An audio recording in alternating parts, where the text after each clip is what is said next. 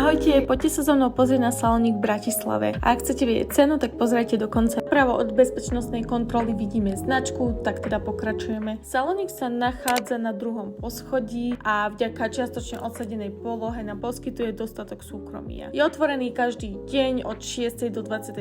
avšak môžeme tam byť maximálne 2 hodiny. Krátky záber ešte, ako to tam vyzerá, a tu sa dostávame k časti, ktorá ma najviac prekvapila. A to je teda výber jedla. Majú tam, že fakt, že všetko. Hlavné jedlo, aj polievku, by the way, tá bola fakt úžasná, ale zároveň tu majú aj malé snacky a taktiež si môžete dať aj zapiec bagetku alebo croissant. A za mňa je to fakt skvelý spôsob na počkanie lietadla, aj keď ten priestor by mohol byť väčší. Tada! A tu je už môj croissant. Na pitie tu majú chladničke juicy, víno či automat s nápojmi, ale môžete si dať aj tvrdý alkohol, taktiež aj kávu, čaj, proste všetko tu majú. A tu už vidíme môj snack. No a čo sa týka ceny, tak je to 36 eur na osobu, ale počíta sa so zvýšením. Ahojte!